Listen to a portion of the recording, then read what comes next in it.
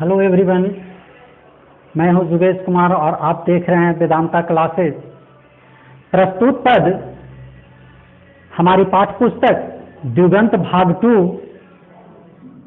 के काव्यखंड पद शीर्षक से उद्धत है, जिसके कवि सूरदास हैं। सूरदास जी भक्ति धारा के अत्यंतम कवि हैं। प्रस्तुत पद में सूरदास जी ने श्री कृष्ण की बाल लीलाओं को और उनके भोजन करते समय की रोचक विवरण को प्रस्तुत किए हैं। मैं बता दूं कि इस शीर्षक का पहला पद और लेखक परिचय अगले सीरीज में हमने बता दिया था। आज नेक्स्ट सीरीज में इसी शीर्षक के दूसरे पद की भावार्थों की व्याख्या लेकर मैं आपके समकक्ष हुआ। तो श्री कृष्ण जी की बाल लीलाओं का और उनके भोजन करते समय का जो चित्रण प्रस्तुत किया गया है कवि सूरदास जी के द्वारा, ये आपके सामने है। पहला है पद जेवत श्याम नंद की कन्या। जेवत श्याम नंद की कन्या। जेवत शब्द का अर्थ होता है खाना खाना। खाना खाते समय का जो चित्र होता है वो जेवत श्याम यानी श्री कृष्ण। नंद की कन्या, कन्या का शब्द का अर्थ हुआ गोद। माने श्री कृष्ण जी हैं जो नंद की गोद में बैठकर खा रहे हैं। श्री कृष्ण नंद की गोद में बैठकर खा रहे हैं। कछुक खात कछु धरनी गिरावत। कछुक खात कछु धरनी गिरावत। छवि निरखती नंद रनिया। कछुक खात कछु धरनी गिरावत। छवि निरखती नंद रनिया। कहने का मतलब कुछ खा रहे हैं, कुछ धरनी यानी कि भूमि पर गिरा रहे हैं। यह छवि जो है, छवि ये देख रही है नंद रनिया यानी नंद की पत्नी मां यशोदा देख रही है और प्रबोधित हो रही है, निहाल हो रही है, प्रसन्न हो रही है।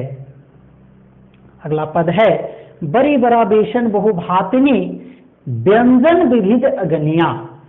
बेसन से बना हुआ बड़ी बड़ा जो व्यंजन है वो विभिन्न प्रकार का व्यंजन बना हुआ है और विभिन्न प्रकार के व्यंजनों का वह सेवन कर रहे हैं श्री कृष्ण। दारत खात लेत अपने कर रुचि मानत दधी दोनिया। अपने डाल रहे हैं, अपने से लेकर खा रहे हैं और उनकी रुचि जो है दधी दोनिया। दोनिया मिट्टी का बर्तन होता है, मिट्टी का एक पात्र जिसमें दही है। मिट्टी का एक पात्र जिसमें दही है वो उनकी रुचि है। श्री कृष्ण की रुचि है, वो रुचि के साथ खा रहे हैं। आगे है आपका मिस्त्री।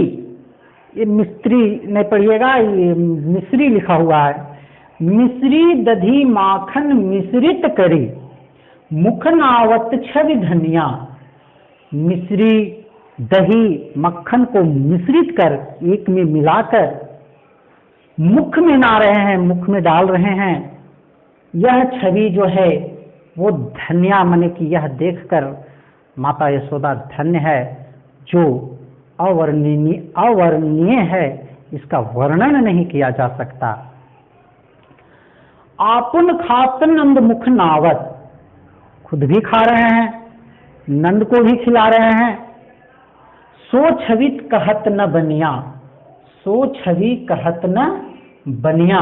कहने का मतलब ये हुआ अपने भी खा रहे हैं, नंद मुख में भी नंद को भी खिला रहे हैं। यह जो छवि है ये कहा नहीं जा सकता है, अवर्णनीय है, जिसका वर्णन नहीं किया जा सकता है। जो रस नंद जसोदा विलसत सो नहीं तिहु भुवनिया। जो रस का देखिए हम पहले सीरीज में बता भी दिए थे कि यह जो है, यह पद जो है वात्सल्य रस से संबंधित है। यह पद वात्सल्य रस से संबंधित है। वात्सल्य यानी कि बाल लीलाओं का जिसमें वर्णन होता है, और माता पिता पुत्र पुत्री का जिसमें प्रेम भावनाओं को प्रकट किया जाता है, वात्सल्य रस कहलाता है। तो यह जो है पद जो है वो वात्सल्य रस से संबंधित है, और यह भाषा जो लिखी हुई है यह ब्रज भाषा है। तो इसमें जो रस नंद जसोदा विलसत सो नहीं तिहु भुवनिया, जो रस नंद और यशोदा जो आनंद की प्राप्ति कर रहे हैं इस छवि को देखकर, वो तीनों लोकों में, तीनों भुवनिया यानी कि तीनों लोकों में नहीं प्राप्त किया जा सकता। यह आनंद जो श्री कृष्ण के भोजन करते समय का आनंद जो ले रहे हैं माँ यशोदा और नंद बाबा, वो तीनों लोकों में नहीं प्राप्त हो सकता है। आगे है, भोजन करी नंद अचमन लिन्हो मांगत सूर जुठनिया। भोजन करके नंद जब अचमन करते हैं, अचमन शब्द का अर्थ होता है हाथ धोना, कुल्ला करना। खाने के बाद जब हाथ धोया जाता है, कुल्ला किया जाता है, तो जब खाने के बाद नंद अचमन कर रहे हैं तो सूर जो है वो जुठनिया मांग रहे हैं, माने कि उनका जूठा जो है वो प्रसाद के रूप में मांग रहे हैं। सूर यानी कि सूरदास। इस पद शीर्षक कविता के जो लेखक सूरदास हैं, यह सूर वहीं से संबंधित है। तो सूर जो है वो जूठन मांगते हैं और अपना सौभाग्य समझते हैं जूठन मांगकर। उनका जूठन मांगकर वो अपना सौभाग्य समझते हैं।